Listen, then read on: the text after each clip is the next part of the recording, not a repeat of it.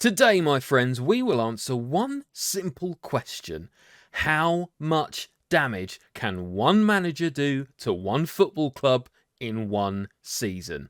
This is going to be fun because today we're going to destroy Tottenham Hotspur.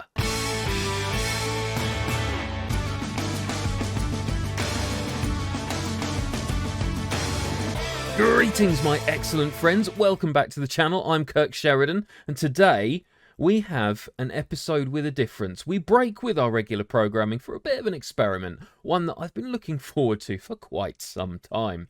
Here on the channel, we like to play differently, and we are going to try a DEBUILD. I've created the worst manager that I possibly can. No experience, no coaching qualifications, who is going to take charge of Tottenham Hotspur, who are currently predicted to finish third in the Premier League. There we are. Confirmation. Tottenham have today confirmed the appointment of the Destroyer as the club's new manager. Eyebrows have been raised. I'm not surprised if you think they're raised now. Wait till the end of the season. Now, before anyone starts jumping in the comments wondering why I'm picking on Spurs, it's to be 100% fair, because Spurs are my team. This is the team that I would love to see do well in real life. I'm used to decades of disappointment, as any Spurs fan will attest to. They are ripe for destruction. And if I'm going to turn this into a series, if you guys like it, drop a like on the video, drop a comment in, tell me what you think you would do differently to make this destruction even worse for the club. If I end up doing another one of these, it's only fair that I start with my club, one that's close to my heart, just to prove there's no favouritism, there's no agenda here, this is just a bit of fun. So Mr. Levy is asking me to play attacking football, to sign players under the age of 22 for the future, play possession football, develop players using the youth system, don't sign players over the age of 30. So the first thing we're going to do is completely the opposite. I don't normally play saves with the editor on, but this is a crucial technique. I will become unsackable.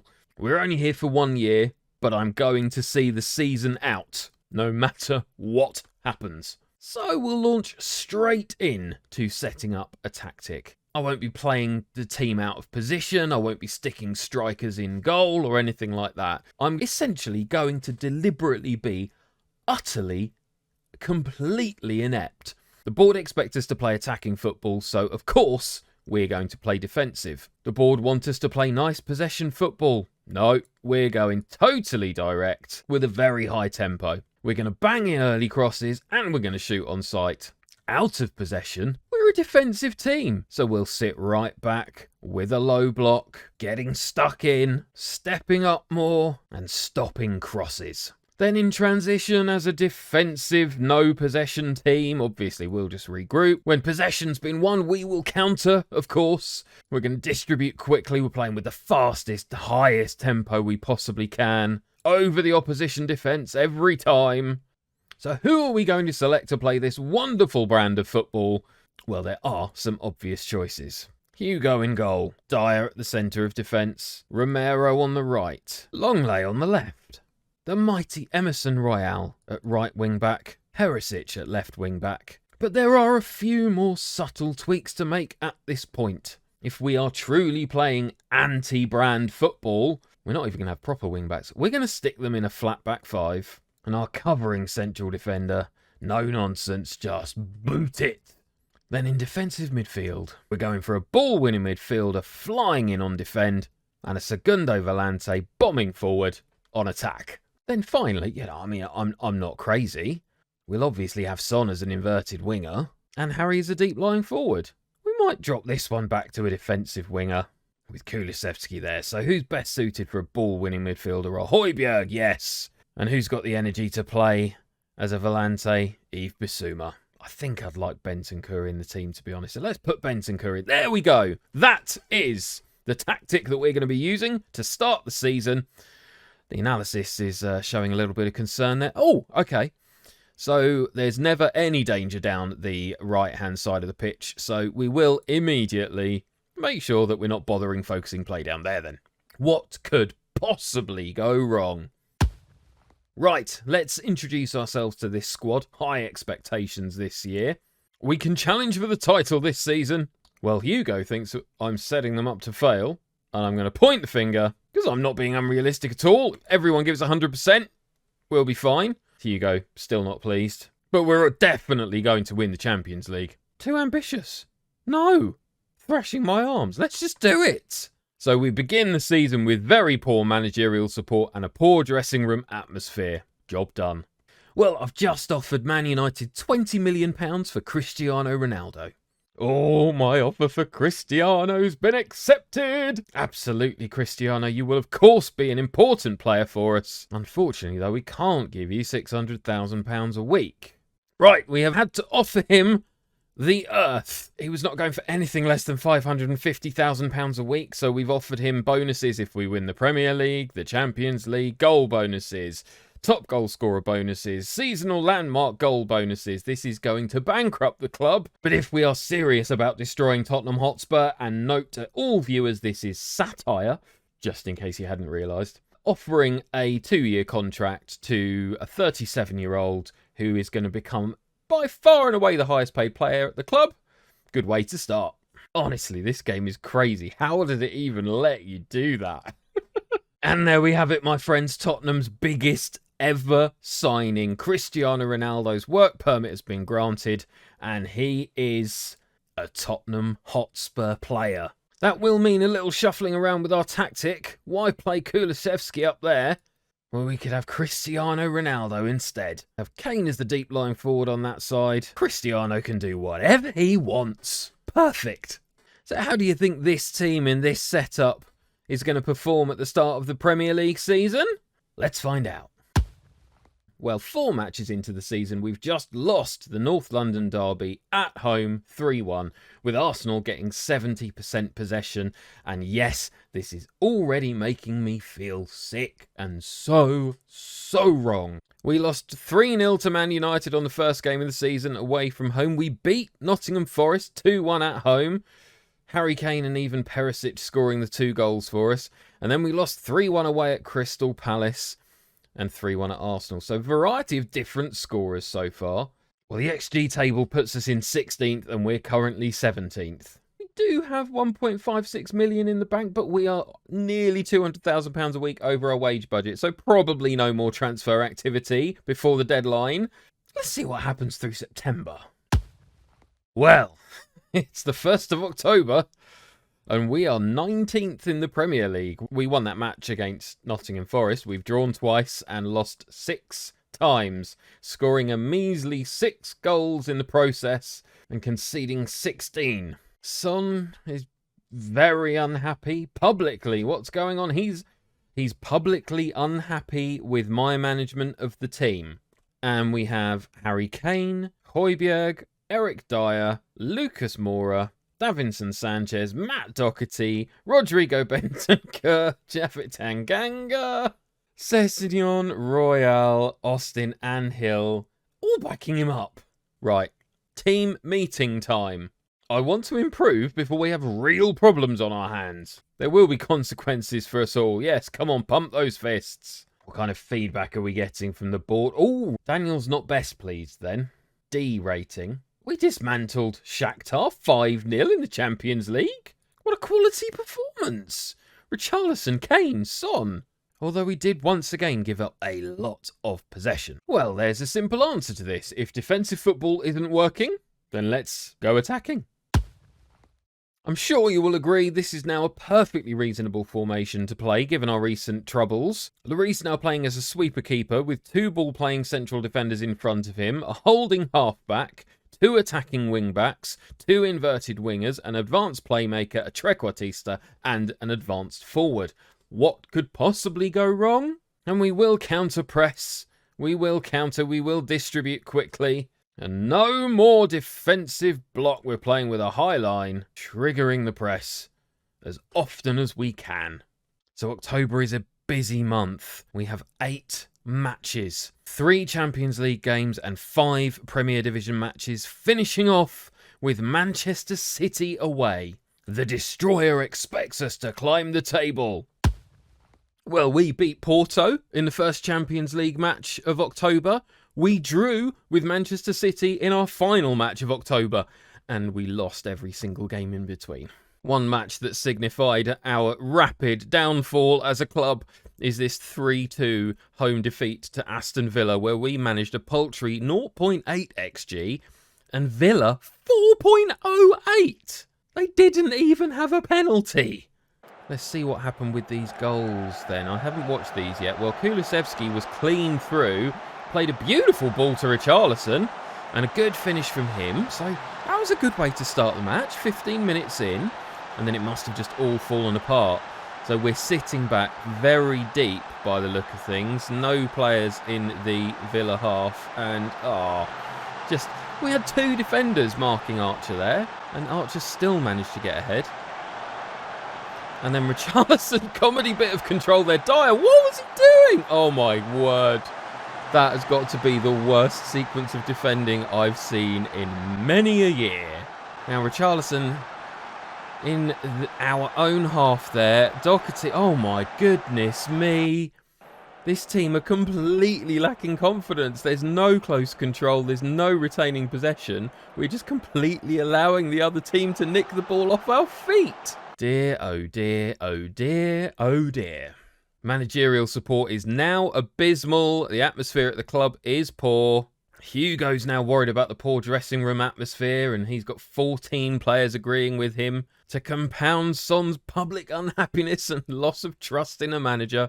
Let's see what we can do to recover this then. We're going to switch to a fluid counter-attacking style, just try and tighten things up at the back. This feels like a fairly sensible approach. Simple 3-5-2 with a ball-winning midfielder in there to break up play, keep us solid at the back, stop conceding so many goals, basically.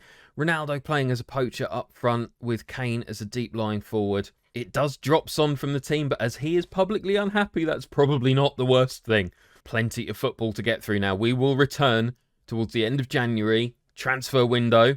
Business will need to be done to keep us in this division. But in the meantime, can we get our results back on track? We have recovered some form. We have moved from 20th place, the bottom of the Premier League table, up to a high of 16th. And we've still got the second worst goal difference in the division, but you know, we're better off than we were. We're 4 points clear of the drop zone, and this run of fixtures looks almost delightful in comparison to what was going on beforehand. 3 wins in a row at the start of November, a 6-match unbeaten run. Bournemouth, Leicester, Leeds, Luton and Man United. Oh, well done us.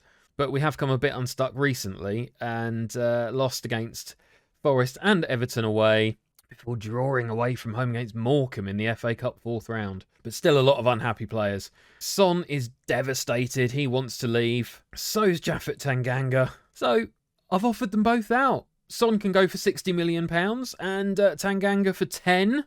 Also Jed Spence asking to leave, so he's available for £15 million. We shall see what that means to our war chest as we approach the end of the January transfer window. We're beginning our incoming transfer business, though, with a £2.5 million bid for Zlatan Ibrahimovic and £15 million for 39-year-old veteran centre-back Pepe. That's it. Ibrahimovic is on his way in. Oh, and I'm being called to a team leader meeting. Apparently several players want me to give Lucas Moura some games in the first team. Yeah, I'm not going to let my players dictate selection policy. Get over it and get on with your football. Oh dear. My lack of concern is worrying. The way that I've dealt with Lucas was bad enough, and now I seem to be doing my best to upset everyone. Ben Davis has been subject of a bid by Villarreal. Yeah, that's fine. Well, I've just been asked to attend a board meeting concerning the fact that players have lost confidence in me and my position is under serious threat. Now, I'm not sure how this is going to work because I am unsackable, supposedly. Let's see, Daniel, what have you got to say for yourself?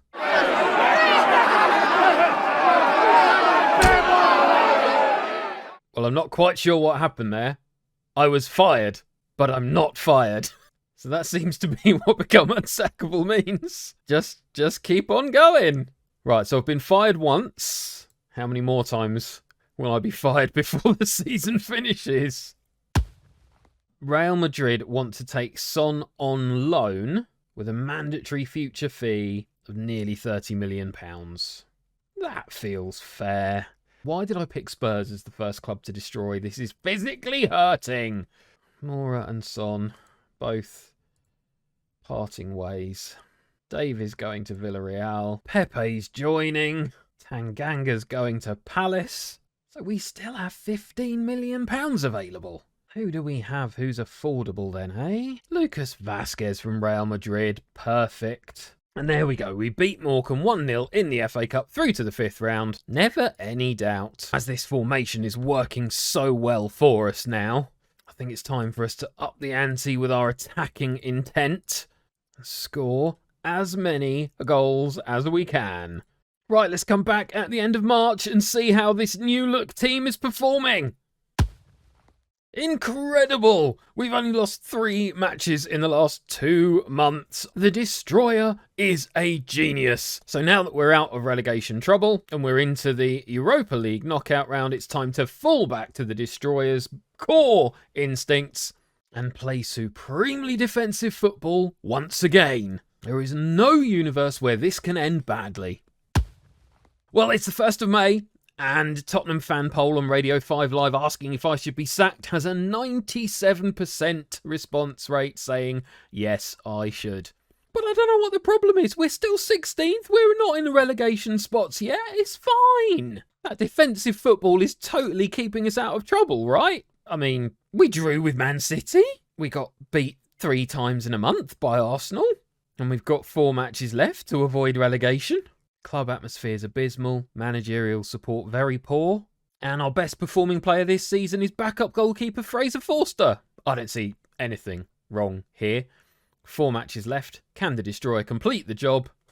It is the final day of the season, and our atrocious form leaves us in 17th place, ahead of the relegation zone on goal difference. We're level on points with Southampton. We've got a whopping 32 points. Oh, this is so wrong in so many ways. We've got an identical record to Southampton. We just seem to have conceded fewer goals and scored a few less. So I am banking on our defensive tightness getting us over the line. I say banking on. This is all about destroying the club. So really, I want to see us lose and go down. But we'll leave it up to the footballing gods. 1 solitary draw in our last 10 matches. Without a win in 13 games. If we manage to beat Newcastle and stay up, this is going to be quite a spectacular turnaround. Southampton at home to Liverpool. The Destroyer might actually fail here. Here's our team for this final match. Lloris in goal. Romero, Sanchez and Longley in the centre of defence with Doherty, Bentancur, Bissouma and Perisic in front of them. Kane playing as a entirely natural enganche, with Ibrahimovic and Cristiano Ronaldo up front. It'll be fine. And it is fine. We won 1-0. So despite the Destroyer's best attempts, Tottenham survive relegation on the final day of the season. Despite that momentous final day success, now 100% of 3,500 Tottenham fans believe that the Destroyer should be sacked. I'm one of them. And to rub it in, Son scored 2 goals in Real Madrid's 3-1 victory over Atletico Madrid. He's made 3 starts and 9 substitute appearances, scoring 6 goals and an average of 7.49.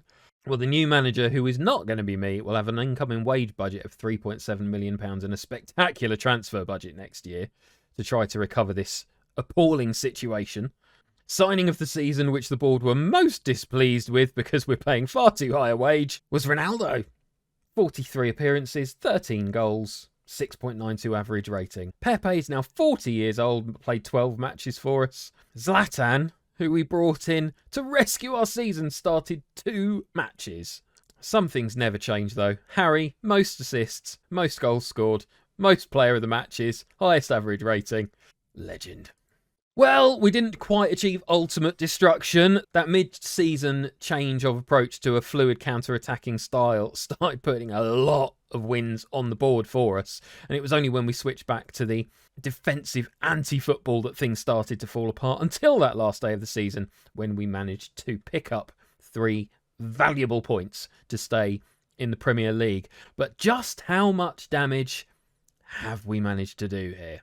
Spurs are still in the Premier League, so it could be a lot worse. But we've moved on Son, Ben Davies and Japhet Tanganga and signed Cristiano Ronaldo, Zlatan Ibrahimovic, Pepe and Vasquez on quite a lot of money on fairly long-term contracts. So fear not, Spurs fans. The Destroyer's time as manager of Tottenham is over, and we'll be back in 5 years to see if they've recovered. So it is the 31st of May 2028, 5 years after Tottenham's almost disastrous flirtation with relegation and the cut price sale of one of the greatest players in the club's history. How have they recovered, if at all? Well, they've just finished 4th in the Premier Division and qualified for the Champions League, so barely a scratch. Lopetegui took over from me and has been in the job ever since. He's won 3 cups in his time here. They won the Europa League and the Super Cup in 2026. My word. Finally, some trophies in the cabinet. Harry Kane is still here, banging in the goals. 12 goals in the season just gone. Kulusevski also still here. 18 goals, our top scorer. We've got Gvardiol at the back. Marco Asensio. So let's go back in time. In 2022-23, Tottenham survived relegation by 3 points on the final day of the season. The next year, they finished 5th and qualified for the Champions League, apparently. How did that happen? Year after that, 6th. 8th the year after that, which was the year that they won the Europa League and qualified for the Champions League again. Qualified for the Champions League the following year and the following... Wow. Well, there you have it. 1 year out of the Champions League after I did as much damage as I possibly could. Well, I think we all have to be honest here. My heart wasn't 100% in this one, as my team, I did feel the need to give them a fighting chance halfway through the season, and that change of style to fluid counter-attack and a little flirtation with an attacking gegenpress style is what put the points on the board to keep them up. I did try to destroy them more afterwards, but it just wasn't quite enough. I think what we've learned here, I can say with quite some confidence to all Spurs fans, things might be tough at the moment. It could be a lot worse. I hope you've enjoyed what you've watched today. If you have, please tell me who you want me to destroy next time. I'd love to hear what you think. It's certainly been fun to record. It will probably be a lot more fun when it's not a club that I care about quite as passionately as Spurs. Subscribe to the channel and turn your notifications on to find out the second the next video drops. Back to usual programming with the director of Moneyball next time, but I'm sensing there might be a little more destruction in our future. In the meantime though, be excellent to each other as always. Thank you very much for watching. I'm Kirk Sheridan and I'll see you soon.